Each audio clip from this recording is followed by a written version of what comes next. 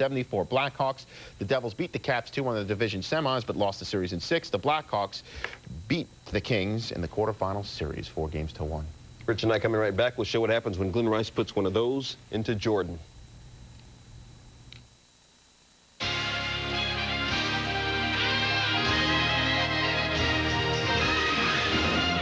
This edition of SportsCenter proudly a show about nothing. Among those not appearing on this show, Jerry, George, Kramer, both of them, and the Bennisses, Andy, Alan, and Elaine. Hello, Tori. Mulva? Oh, Mironov. What the hell did you trade Jay Buhner for? Now, what would the show be without a junior mint? That is not a pick. No soup for you. Come back in 1 year. As for the Bulls, yada, yada, yada. The Braves could become masters of the National League domain. Get out! The Capitals net experienced shrinkage in Ottawa. I'll bet he's not playing commando. Uncle Cujo, hello! You're not gonna dance, are you?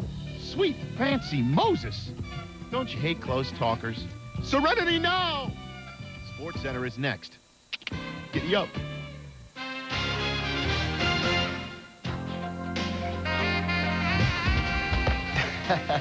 Hi again, SportsCenter sipping you to what's going on. He's Rich Eisen. I'm Kramer. No, I'm Stuart Scott. Coming up, the Preakness draw went off without a hitch, and so did the Mets game in San Diego, where it did not rain. But we begin in the place where the parade usually comes at season's end, Stuart. Which is what the Bulls were trying to do to Charlotte, make their season end. From the barbershop where Pookie and them hang out to the country club, all you hear is the Bulls close out the Hornets on Wednesday. Hold up, all right? What about Chicago not yet shooting 50% at home in the playoffs, but always 50% on the road? What about Steve Kerr admitting, at home we kind of relax, and when you relax, you don't shoot well? Or Pippen admitting, the Hornets don't feel like this is over, and neither do we. I mean, what about all that? Yeah, right.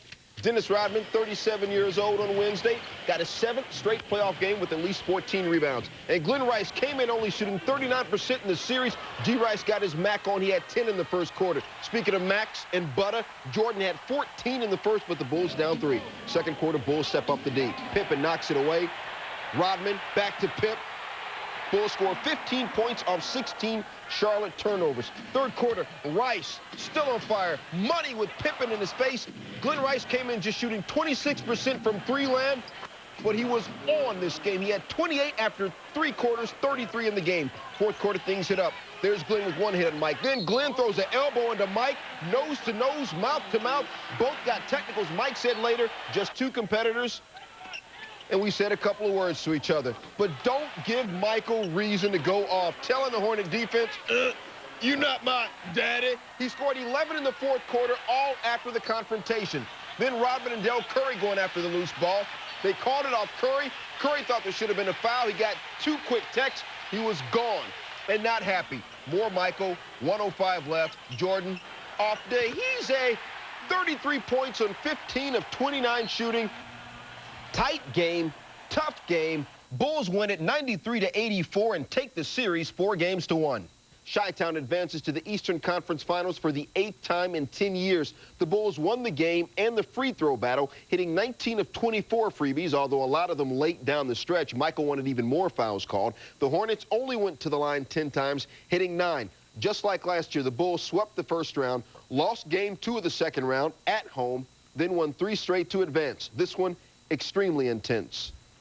We wanted a short night, but it didn't prove to be that. So they forced us to play a solid game and forced us to play, a hard game, which is good experience for us. How to make plays down the stretch, how defensively to maintain intensity and the pressure on a team. That could work well for us in the long run.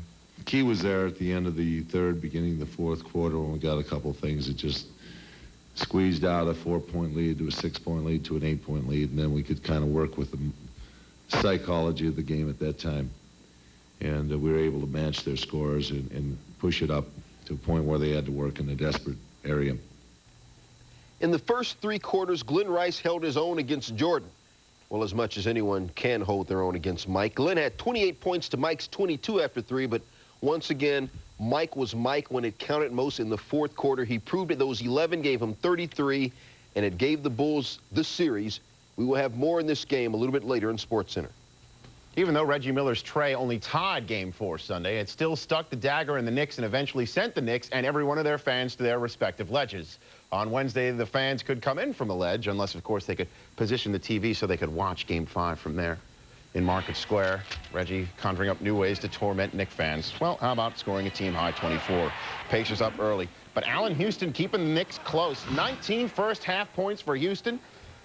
The Pacers answer, as it would be most of this game, Mark Jackson going to the hole and the floater. Pacers by 4 at the half. Second half, different half. Same old Jackson. Backing in Charlie Ward as he's done all series long. This time Rick Smits opened for the jumper. Jackson first playoff triple-double in Pacers history. Pacers D clamping down as well. Knicks shot only 43% in this game. Somebody's trying to get a shot off. Not John Starks, Charlie Ward. Not him either. Well, he gets one off. Rick Smits just changes it. Then John Starks blocked by Reggie Miller, and Reggie getting a piece after he's gone by Starks. Pacers led 68-61 at the three-quarter mark, but the Knicks would make a run. Childs finds a cutting Houston. 33 points for Allen. Knicks tie the game at 73, but then Smits would take over thereafter. The jumper over Ewing. Pacers up 7. Then Smits on LJ. Oh, that's a terrible mismatch. 22 points for Smits. Pacers go on to win 99-88. Ewing shot 4 of 13 in this game. Valiant comeback attempt, but another wait till next year ending for Ewing. Smiles, everyone.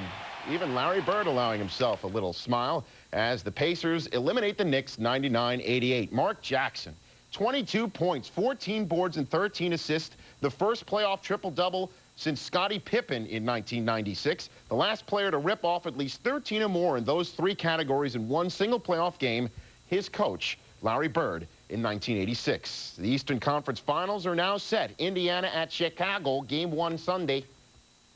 Mark Jackson was fantastic. You know, he played the game of his life, you know, a game for the ages. Realizing the importance of this game, realizing that that's pretty much what makes or breaks a basketball team this time of year. You have to make those plays. And I was just trying to make a conscious effort to come up with them and help our big guys. Tonight, Mark Jackson wanted to win this game more than anyone.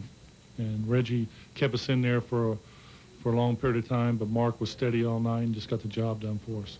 You got to take your hat off to a guy that comes out and play the way he did. A triple-double in a Game 5 or a semifinal, that's big for their team.